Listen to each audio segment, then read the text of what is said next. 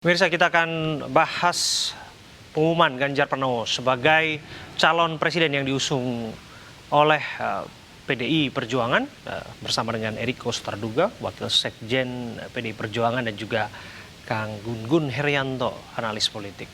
Assalamualaikum, selamat malam Bapak-Bapak. Selamat malam, Assalamualaikum warahmatullahi wabarakatuh.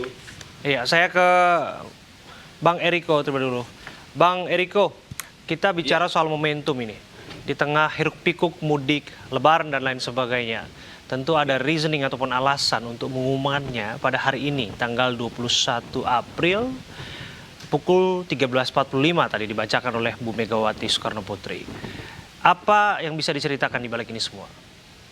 Iya, terima kasih saudaraku Adinda Abraham Silaban, ada Kang Gun-Gun Herianto. Pertama-tama saya ucapkan selamat Hari Raya Idul Fitri. Mohon maaf lahir batin untuk saudara-saudaraku yang berasal dari Muhammadiyah maupun yang merayakan hari ini. Begitu juga selamat menjelang hari kemenangan Hari Raya Idul Fitri untuk besok hari tanggal 22 April bagi seluruh umat yang merayakan, saudara-saudaraku dari Nahdlatul Ulama.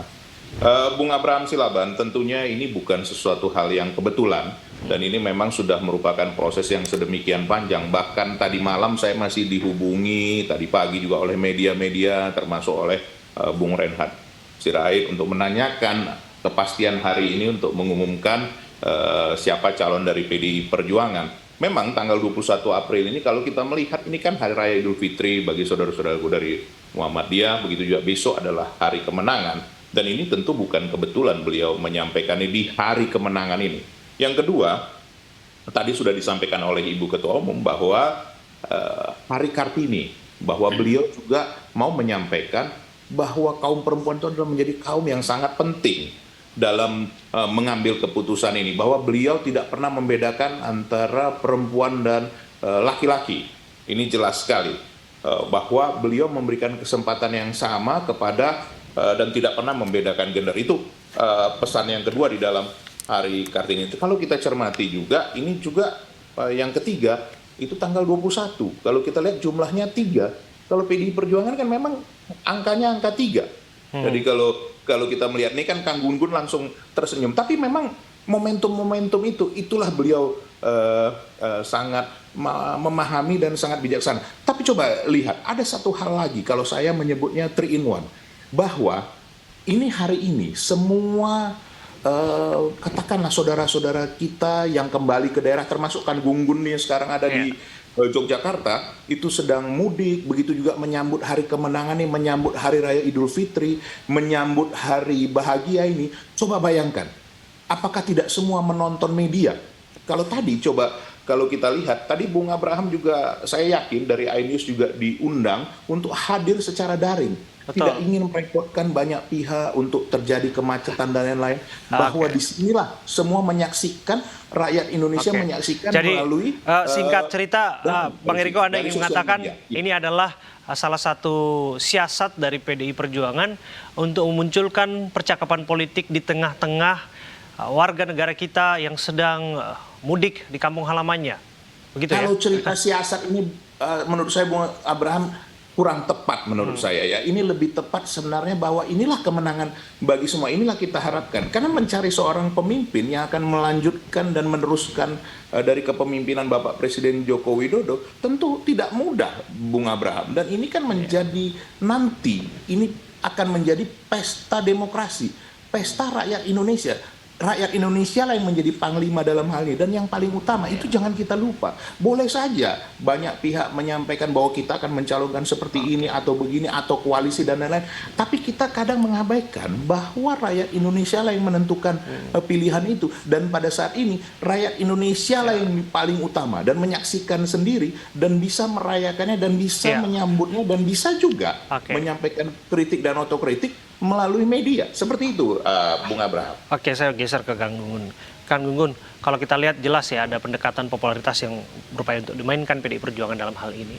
Tapi balik lagi Kang, saya mau tanya, apakah memang Anda bisa melihat strategi yang dimainkan oleh PDI Perjuangan saat ini dengan mengumumkannya di saat mudik Lebaran, kemudian satu lagi menjelang hari kemenangan tadi disebutkan oleh Bang Eriko, dan kita juga menghargai saudara-saudara kita yang juga merayakan Idul Fitri hari ini. Memang adalah tujuannya untuk memunculkan percakapan politik di tengah-tengah keluarga sehingga pada akhirnya berupaya untuk membumikan nama Ganjar Pranowo dan bisa mendapatkan insentif elektoral darinya. Oke, dari segi pilihan waktu dan momentum ini memang tepat ya. Kenapa saya bilang dari aspek political marketing ini menjadi momentum di mana orang banyak sekali berkumpul, ya, bercerita dan bahkan menonton media. Dan pilihan momentum itu kemudian berkelindan dengan momentum historis ya, di mana secara ekspresi simbolik itu juga bisa dimaknai sebagai kekhasan dalam konteks pencapresan yang biasa dilakukan oleh Ibu Mega. Kalau kita lihat misalnya perjalanan pencapresan PD Perjuangan, terutama di 2 pemilu terakhir itu kan juga selalu menempatkan momentum itu sebagai bagian penting. Contoh misalnya, 2019 itu kan 23 Februari, 2018 ya, itu di momentum internal partai yang namanya Rakernas ketiga. Pun demikian waktu 2014, Bung Abe mungkin juga masih ingat ya, 14 Maret itu pasca pertemuan internal juga di waktu itu di PD Perjuangan, dan kemudian Bu Mega mengambil putusan untuk memberi dukungan pada Pak Jokowi. Dan kalau kita lihat pola ya, makanya dari 3 bulan lalu saya sudah bilang ke teman-teman media, saya kok memprediksi PD Perjuangan tidak seperti kebanyakan teman-teman yang memprediksi injury time di Oktober-November. Saya katakan waktu itu kemungkinan di awal-awal tahun antara Februari-Maret, dan itu kemudian selisihnya sekarang di bulan April, ya artinya beda-beda tipis ya dari apa yang kemudian saya sampaikan di 3 bulan lalu. Kenapa saya argumentasinya demikian? Meskipun politik itu kerap kali acak, tapi sebenarnya berpola. Dan pola itulah yang kita bisa lihat dalam konteks misalnya standpoint yang selalu dikedepankan oleh Ibu Mega. Contoh misalnya representasi gender sekarang, ya emansipasi perempuan. Itu menjadi narasi yang menjadi semacam basis ya untuk kemudian ekspresi simbolik itu keluar.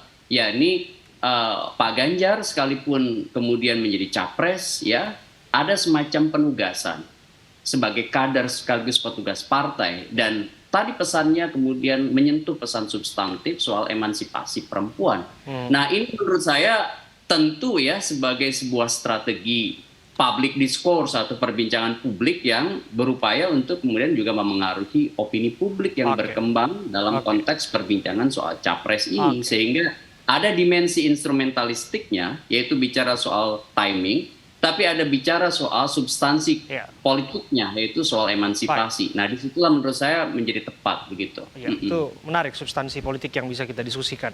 Tapi kalau Kang Gunggun singgung soal bahwa politik sesungguhnya bisa dibaca dari pola, maka kita nggak akan jauh lari dari konstelasi setelahnya. Setelah Ganjar Pranowo diumumkan, maka saya kembali ke Bang Eriko.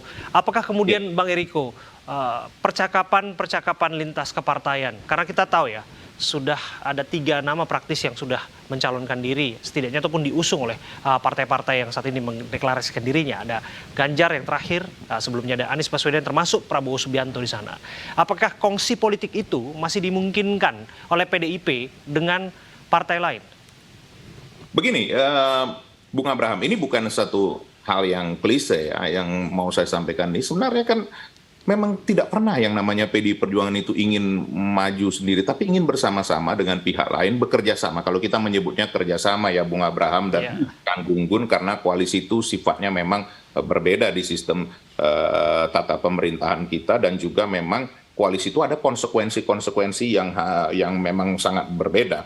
Nah, coba perhatikan, tadi Kang Gunggun sudah sampaikan mengenai pola yang sudah dilakukan oleh PDI Perjuangan melalui Ibu Ketua Umum Ibu Haja Megawati Soekarno Putri, di mana setiap maju kita tentu mengajak semua pihak. Dan kita juga tidak boleh lupa bahwa Ibu Mega sudah menugaskan Mbak Puan Maharani untuk melakukan komunikasi-komunikasi politik kepada partai-partai lain.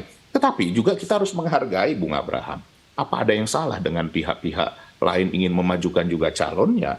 Artinya mereka mempunyai seorang calon presiden, dan itu kan bagian daripada namanya yang selama ini adalah kritikan kepada partai politik kan Gun-Gun, di mana dikatakan sering berpikir hanya pragmatis, tidak mempunyai katakan kader, regenerasi kader yang baik. Nah ini mau ditunjukkan oleh PDI Perjuangan dan juga dari pihak-pihak lain untuk memajukan calonnya. Tetapi dalam komunikasi ini tentunya kan ini dinamis sekali. Kalau pada saatnya nanti dengan calon presiden yang sudah diumumkan Ibu Mega bahwa Mas Ganjar nanti dari partai lain menyambut dengan baik, tentu kita bisa membicarakan hal ini. Di mana juga cawapresnya kan belum ditentukan, Bung Abraham Silaban, dan ini mungkin sekali. Dan ingat, ini dari yang hasil survei-survei yang dilakukan oleh saudara-saudara kita yang ada di survei, bahwa penting sekali calon wapres ini juga meningkatkan elektabilitas. Sepakat untuk itu. Kang Gunggun juga menyetujui hal itu. Ya. Gitu,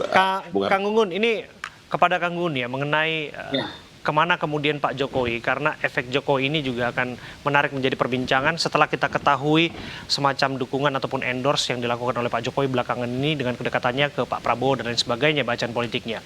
Tapi ketika yang bersangkutan juga hadir saat pengumuman Ganjar Pranowo, apakah dimungkinkan dikawinkan pasangan Ganjar Prabowo atau Prabowo Ganjar? Ini Anda yang punya analisis sendiri mengenai ini. Bagaimana Kang Gunggun? Oke, sementara ini PDI Perjuangan kan punya 128 kursi, dia bisa kemudian maju ya, mendorong capresnya meskipun misalnya sendirian. Tetapi tentu untuk memenangi kontestasi berat berjalan sendirian gitu ya. Artinya memang perlu kerjasama politik untuk tidak menyebut sebagai koalisi, itu dengan kekuatan partai lain. Nah, kalau kemudian kita lihat dinamikanya Bung Abraham Silaban, bahwa kemarin itu kan ada upaya komunikasi politik KIB dengan Kebangkitan Indonesia Raya. Kalau itu kemudian menjadi satu poros dengan 281 kursi, itu tentu menjadi koalisi besar, apalagi kalau PDI Perjuangan misalnya menggenapi kekuatan itu, bisa 409 kursi. Jadi ini bisa jadi koalisi besar partai politik. Nah, apakah kemudian memungkinkan memadu-madankan ya antara misalnya Pak Prabowo dengan Pak Ganjar? Menurut saya yang harus tuntas itu adalah perbincangan dari tiga sosoknya dulu gitu. Pertama adalah Pak Prabowo sendiri, kemudian yang kedua adalah Ibu Mega sebagai pemilik hak prerogatif dalam pencapresan PDI Perjuangan, dan yang terakhir adalah Pak Jokowi ya. Kenapa? Karena kemarin turut mengorkestrasi meskipun tidak di depan ya, tetapi mengorkestrasi kemudian perjumpaan-perjumpaan itu. Nah, artinya memang agak kesulitan kalau misalnya bicara soal top of the ticketnya siapa. Maksud saya capresnya itu siapa. Betul. Misalnya kalau Pak Prabowo bisa turun ya dari posisi proposal utamanya sebagai capres untuk kemudian menjadi cawapres dari Pak Ganjar, tentu memungkinkan. Atau sebaliknya, PDI Perjuangan menurunkan proposal utama, Pak Ganjar sebagai capres dan posisi PDI Perjuangan sebagai partai pemenang pemilu untuk menggenapi misalnya top of the ticketnya Pak Prabowo, tentu mungkin saja kemudian koalisi itu terbangun. Tapi menurut saya tidak semudah membalikkan tangan. Karena masing-masing punya standpoint berbeda dan punya strategi planning pemenangan yang berbeda. Tentu masih akan ada percakapan dan lobby-lobby politik ke depannya, itu yang akan kita ikuti bersama. Terima kasih sekali lagi untuk waktu Anda, Kang Gunggun, dan juga Bang Eriko yang sudah hadir berbincang bersama kami di iNewsroom. Terima kasih. Assalamualaikum. Eriko.